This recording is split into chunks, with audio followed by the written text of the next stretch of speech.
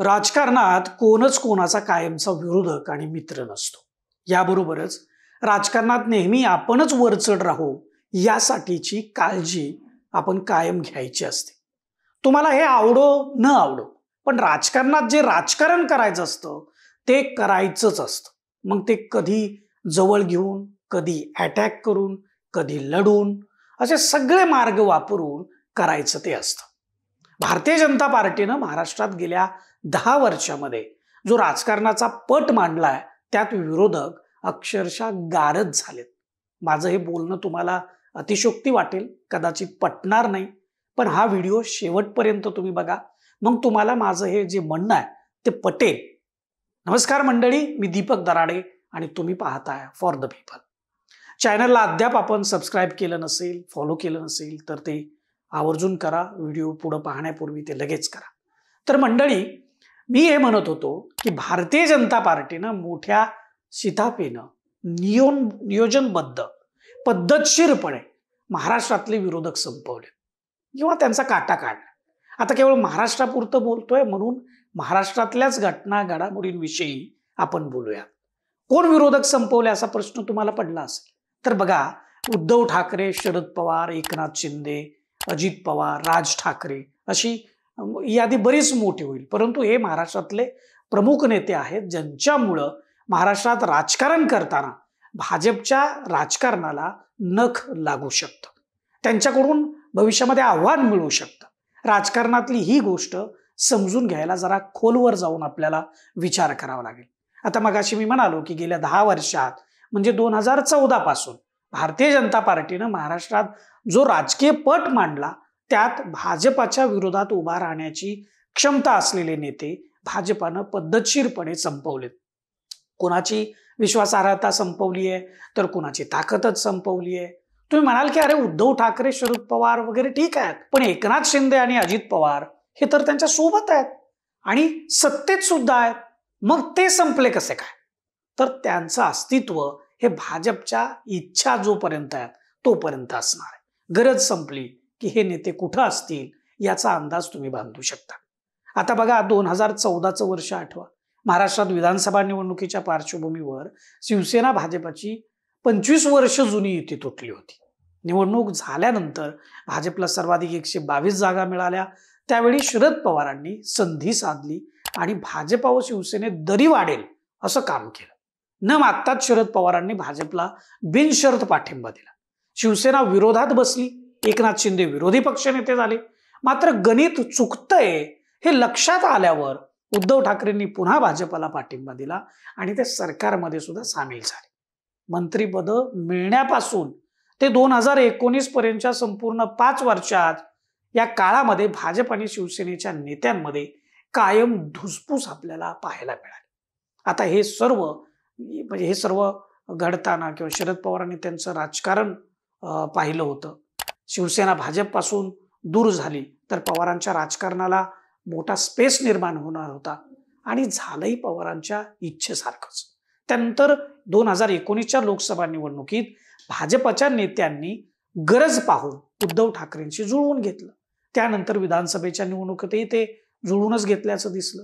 दोन्ही पक्ष युतीमध्ये लढले, परंतु मुख्यमंत्री पदाच्या मुद्द्यावरून बिनसलं.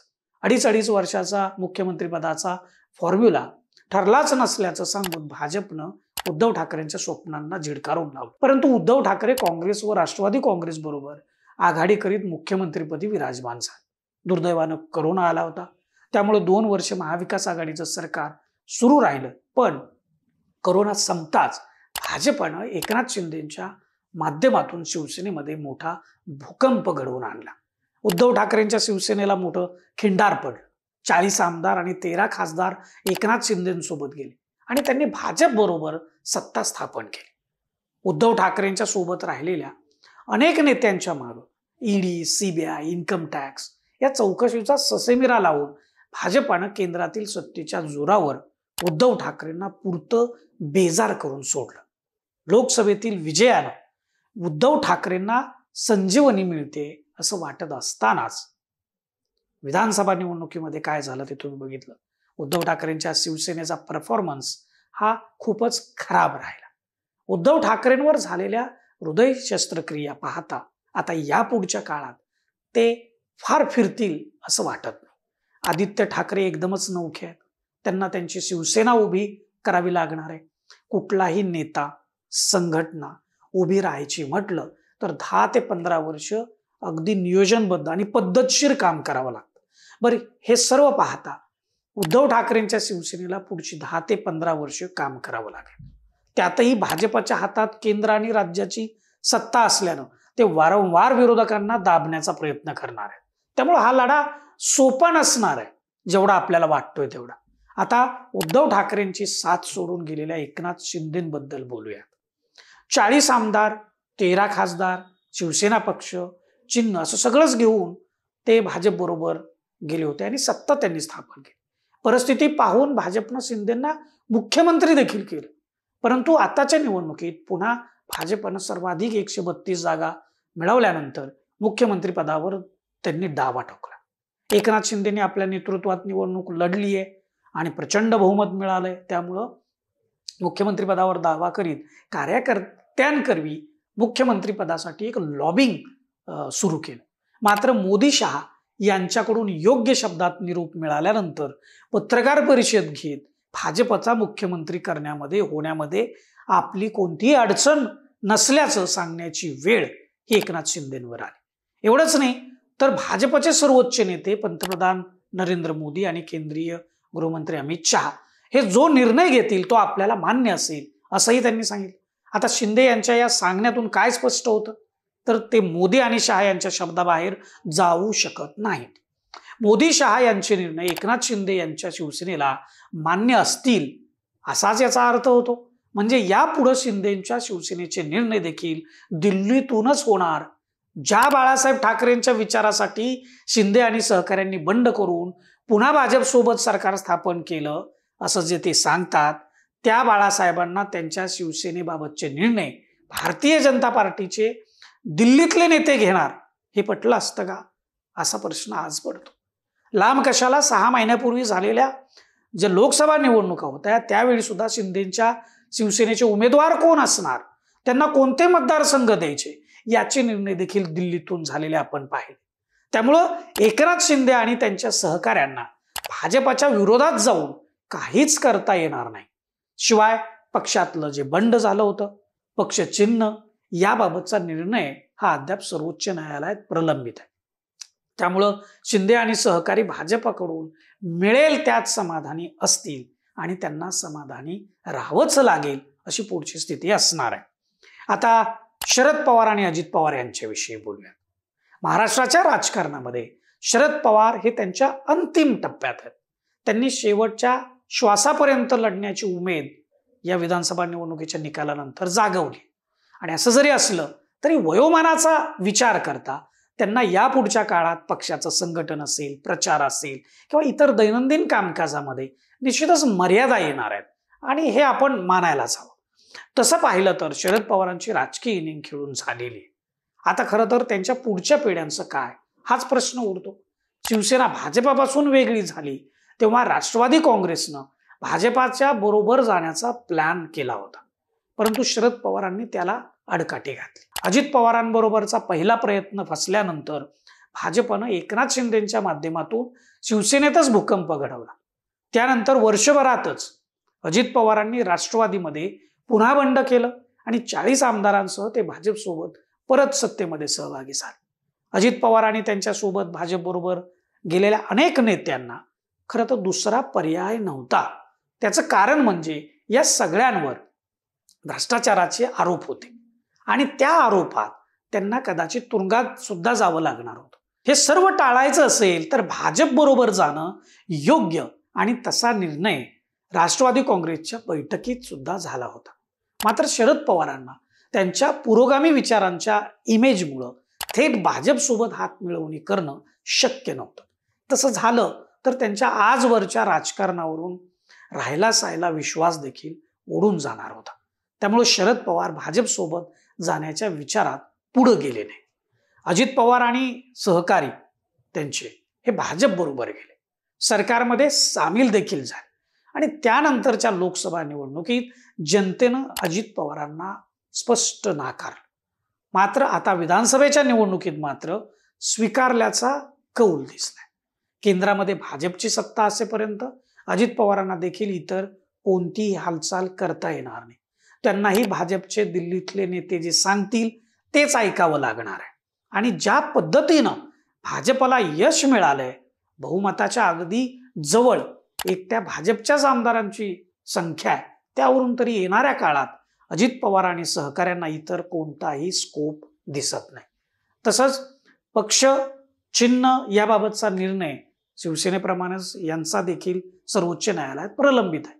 तो निकाल एकनाथ शिंदे आणि अजित पवार यांच्या विरोधात गेला तर या दोघांनाही त्यांच्या सहकाऱ्यांसह भाजपात विलीन होण्याची वेळ त्यांच्यावर येऊ शकते. परंतु हे येणारा काळच ठरवेल.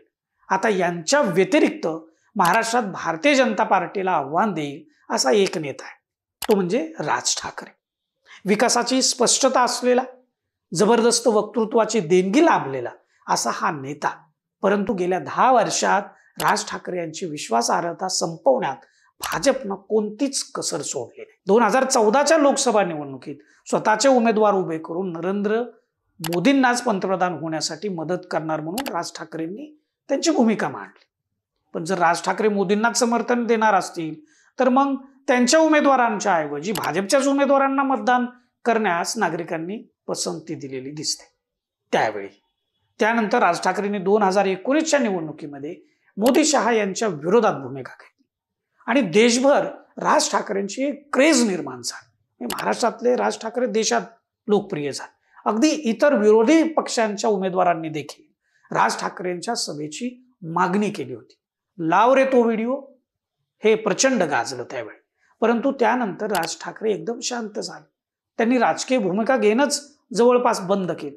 महाराष्ट्रात महाविकास आघाडीचं सरकार असताना विरोधात असलेल्या भाजपनं महाविकास आघाडीच्या सरकारला बदनाम करण्यासाठी, अडचणीत आणण्यासाठी अनेक क्लुप्त्या लढवल्या. त्यामध्ये एक होती ते म्हणजे मशिदीवरच्या भोंग्याच्या विरोधात उघडलेली मोहीम. आणि त्यावेळी अचानक राज ठाकरे आक्रमक झालेले आपण पाहिले. अंगावर भगवी शाल पांघरून त्यांनी भाषणं केली. त्यातून बाळासाहेब ठाकरेंच्या धर्तीवर त्यांना हिंदू जननायक म्हणून संबोधू देखील लागलं होतं. तसे पोस्टर्स झळकू लागले, रील्स येऊ लागले. पण गंमत अशी की राज ठाकरेंची या मोहिमेतून प्रतिमा मोठी होतीये, ते हिंदूंचे नवे नायक होत आहेत असं लक्षात येताच राज ठाकरेंच्या सभा, ती आक्रमकता सगळंच गायब झालं. त्यातून जनतेमध्ये एक नॅरेटिव्ह तयार झालं की राज ठाकरेंना देखील भाजप चालवत आहे. आणि ते नरेटिव्ह खोडून काढण्यामध्ये राज ठाकरे अपयशी झाले. त्यांना यश नाही आलं. आत्ताच्या लोकसभेला देखील त्यांनी बिनशर्त पाठिंबा भाजपला दिला, तो देखील मोदी पंतप्रधान व्हावेत म्हणून. परंतु अपेक्षा ही होती की विधानसभेला महायुतीत मनसेला जागा मिळते. चर्चेच्या फेऱ्या झाल्या, गाठीभेटी चालू होत्या, पण पुढं मात्र काहीच घडलं नाही. अखेर मनसेला एकला चलोरच करावं लागलं. आणि सर्वात वाईट म्हणजे राज ठाकरे यांना स्वतःच्या मुलाला अमित ठाकरे यांना माहीममधून उभा करून त्याला निवडून देखील आणता आलं नाही. सुरुवातीला भाजपनं अमित ठाकरेंना पाठिंब्याची भूमिका घेतली, फडणवीसांनी ती जाहीर केली. परंतु ऐन वेळी ती बदलली. त्यातून भाजपनं राज ठाकरेंचा वापर कसा केला हेच आपल्याला दिसून येतं.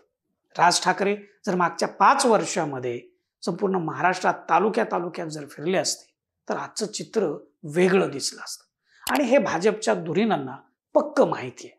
त्यामुळे राज ठाकरेंना त्यांच्या मृगजळामध्ये अडकवून ठेवण्यात, त्यांचा वापर करण्यात आणि वापर झाल्यानंतर साईड लाईन करण्यामध्ये, त्यांची विश्वासार्हता कमी करण्यामध्ये भाजप यशस्वी ठरलं.